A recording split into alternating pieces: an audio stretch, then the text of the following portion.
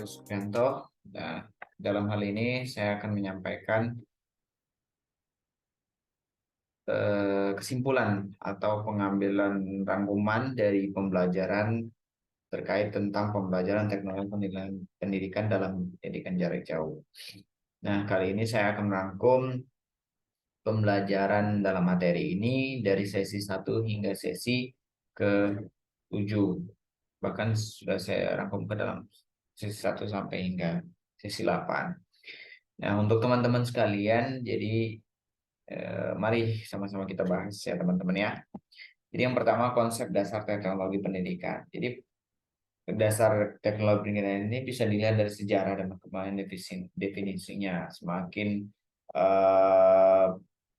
bertambahnya tahun, semakin konsep dasar teknologi pendidikan ini semakin berubah pada penafsirannya. Jadi kalau perkembangan tahun perumusan definisi ini mulai dari tahun 1963 bahwa teknologi pendidikan itu dikenal merupakan desain pesan. Namun selanjutnya di tahun 1970 teknologi pendidikan merupakan media audio atau visual aids.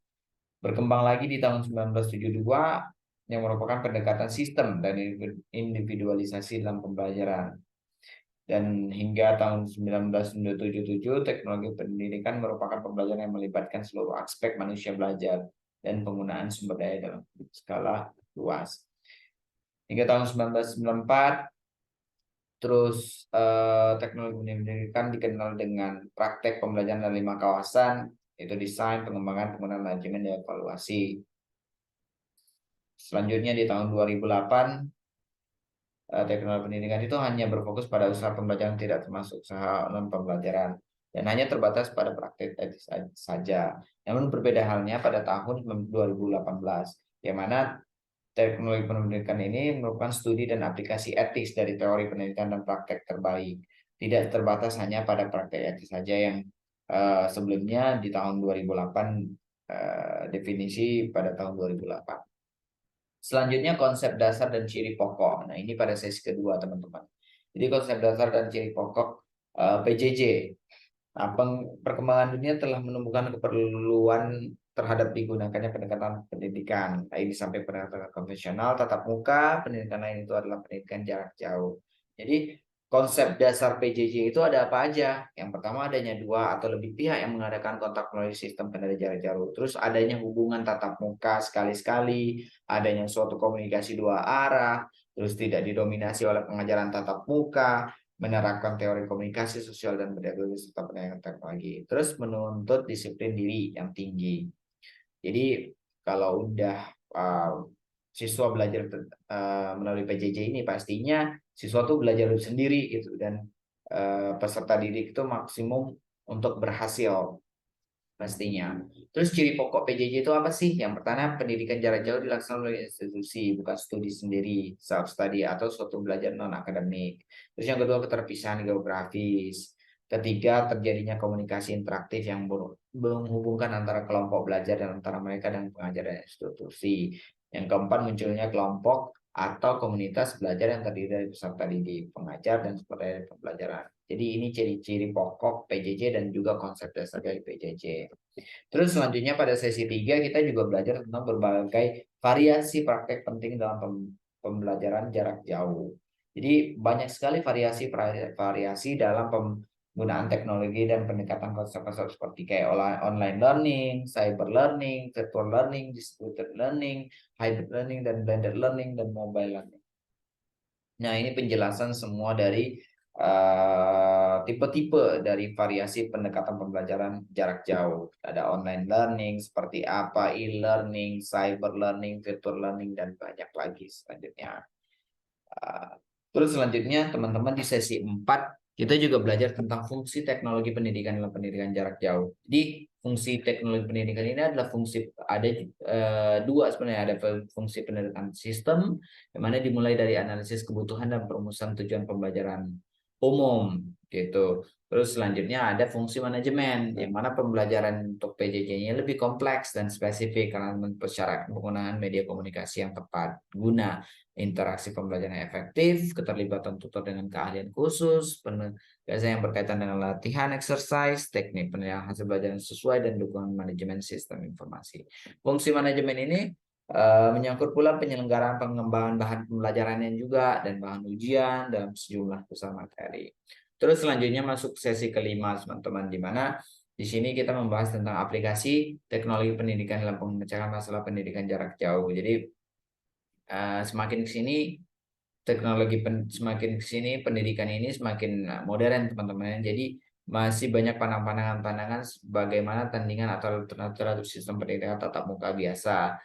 Jadi bagaimana sih pendidikan jarak jauh ini dapat memecahkan masalah? Bagaimana sih teknologi pendidikan dalam memecahkan masalah pendidikan jarak jauh? Jadi di dalam pendidikan jarak jauh ini kan pastinya ada tantangan-tantangan tersendiri ya teman-teman. Bagaimana peran teknologi pendidikan dalam memecahkan masalah atau tantangan-tantangan yang dihadapi dalam pendidikan jarak jauh itu sendiri.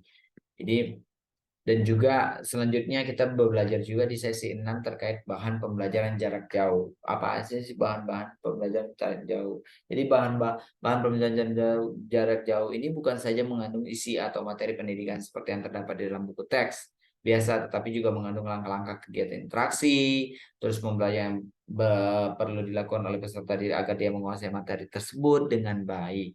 Jadi banyak yang dilakukan dalam pembelajaran jarak jauh ini. Bahan-bahannya juga bukan hanya mengandung isi materi aja teman-teman, tapi lebih variatif lagi. Selanjutnya di sesi ketujuh kita belajar tentang bagaimana sih manajemen pembelajaran PJJ itu. Jadi PJJ itu pendekatannya, sistem approach-nya itu adalah satu ciri pokok dari fungsi teknologi dalam memecahkan masalah pendidikan.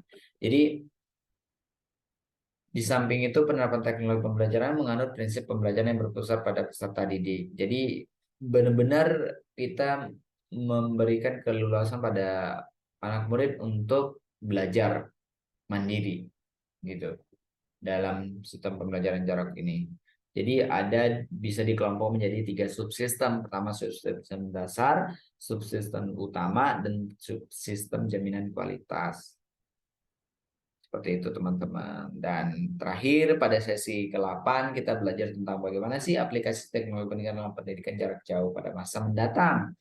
Jadi kemungkinan terjadi perubahan pastinya sangat cepat sehingga menampilkan berbagai permasalahan-permasalahan baru yang dapat terus-menerus terjadi gitu teman-teman.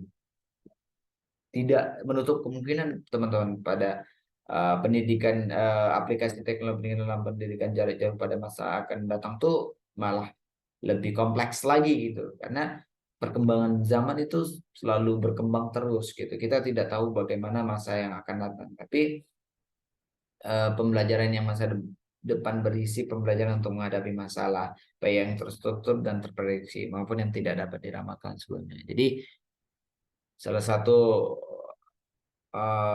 yang menjadi tolak ukur aplikasi teknologi pendidikan dalam pendidikan jarak jauh pada masa yang datang tuh pastinya nanti pembelajaran masa depan tuh lebih berorientasi pada online learning dan PJJ, dan kecenderungan penggunaan blended learning. Terus banyaknya learning engagement yang mana kita melibatkan lebih banyak anak dalam pembelajaran itu juga. Terus selanjutnya generasi PJJ yang akan datang akan lebih mempergunakan teknologi robotik. Jadi pastinya teknologi robotik ini akan menjadi salah satu hal yang akan terjadi di masa yang akan datang ya teman-teman. Nah teman-teman, itu saja yang dapat saya sampaikan terkait pembelajaran yang saya dapatkan selama sesi 1 hingga 8 tentang pembelajaran tentang teknologi pendidikan dalam pembelajaran jarak jauh. Terima kasih teman-teman, dan sampai jumpa kembali di video-video selanjutnya ya. Terima kasih.